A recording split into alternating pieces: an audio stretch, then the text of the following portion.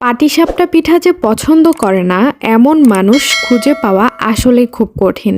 আসসালামু আলাইকুম এভরিওয়ান, আশা করি সবাই অনেক বেশি ভালো আছো। শীতকাল আসলে আমাদের বাঙালি পরিবারগুলোতে গরম গরম ধোয়া উঠানো পিঠা ছাড়া যেন চলেই না। এই কথা মাথায় রেখে আজকে আমি তোমাদের সাথে বাংলার সবচাইতে ঐতিহ্যবাহী পাটিসাপটা পিঠার রেসিপি শেয়ার করতে যাচ্ছি।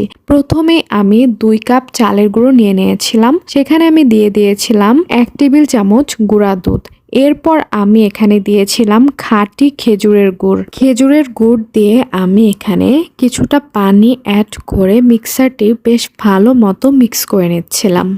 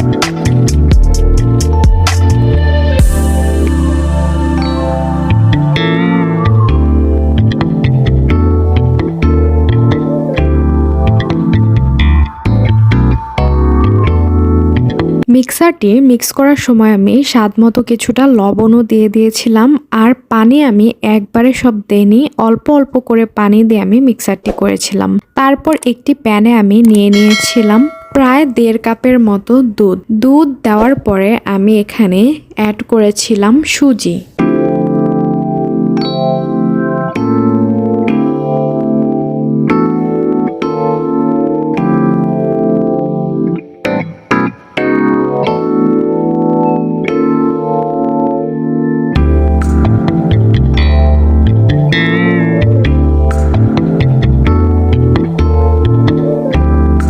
সুজি দিয়ে বেশ কিছুক্ষণ নাড়াচাড়া করে এ পর্যায়ে দিয়ে দিয়েছিলাম নারিকেল দেওয়ার পরে আমি এখানে অ্যাড করেছিলাম বেশ কিছুটা গুঁড়া দুধ। তারপর আমি সবগুলো বেশ ভালো মতো নাড়াচাড়া করে নিচ্ছিলাম।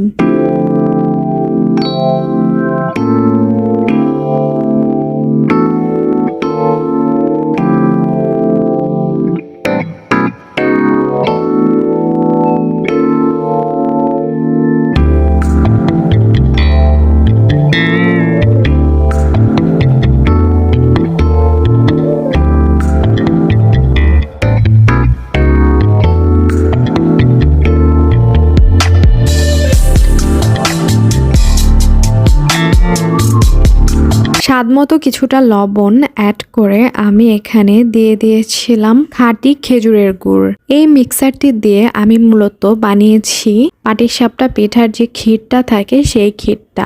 এই ক্ষীরটা বানানোর জন্য মূলত আমাদেরকে একদম আসল গুড়টাই ব্যবহার করতে হয়। খেজুরের গুড়টা যত বেশি খাঁটি হয় ততই কিন্তু পিঠার স্বাদটা ভালো হয়। তো এখন আমি খেজুরের গুড়টা দিয়ে মিডিয়াম হিটে রেখে নাড়াচাড়া করে ক্ষীরটা বেশ সুন্দর মতো বানিয়ে নিব।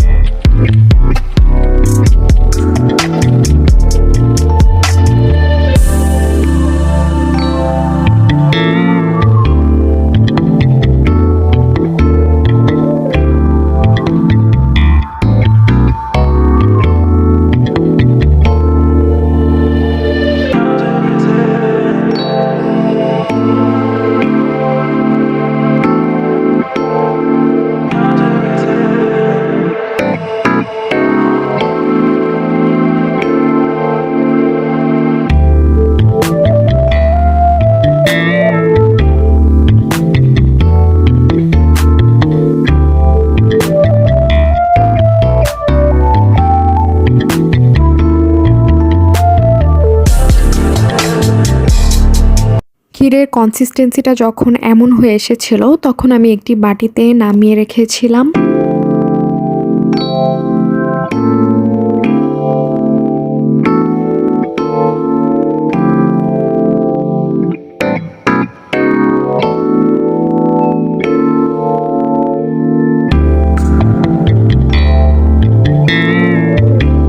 এরপর আমি চুলায় একটি আলাদা প্যানে ব্রাশ করে নিয়েছিলাম ঘি ব্রাশ করে নেওয়ার পরে আমি সেখানে ওই যে মিক্সারটি যে ছিল চালের গুঁড়ার মিক্সারটা সেটা হচ্ছে দিয়ে এই যে এভাবে নেড়েচেড়ে নিচ্ছিলাম যেন গোল হয়ে আসে। মিক্সারটা এভাবে গোল করে আমি মূলত রুটির আকৃতি করে নিয়েছিলাম। তারপর আমি এখানে ঢাকনা দিয়ে বেশ কিছুক্ষণ ঢেকে রেখেছিলাম যেন এটা ভালো মতো হয়ে আসে। তারপরে আমি মূলত উঠিয়ে ওই যে ক্ষীর যে বানিয়েছি সেই ক্ষীরগুলো একটু একটু করে দিয়ে রুটিটি ভাঁজ করে পিঠাগুলো বানিয়ে নিয়েছিলাম। তো কিভাবে আমি বানিয়েছিলাম এটি দেখার জন্য পুরো ভিডিওটি তোমাদেরকে অবশ্যই দেখতে হবে। পিঠাগুলো আমি বানানোর পরেই মূলত সার্ভ করে নিয়েছিলাম, আর পুরো ভিডিওটা দেখলেই তোমরা বুঝতে পারবে যে পিঠাটা আসলে কিভাবে আমি ভাঁজ করে করে সুন্দর করে বানিয়েছিলাম। তোমরা অবশ্যই এই শীতে পাটিসাপটা পিঠা বানিয়ে খাবে, অবশ্যই তোমাদের অনেক বেশি ভালো লাগবে।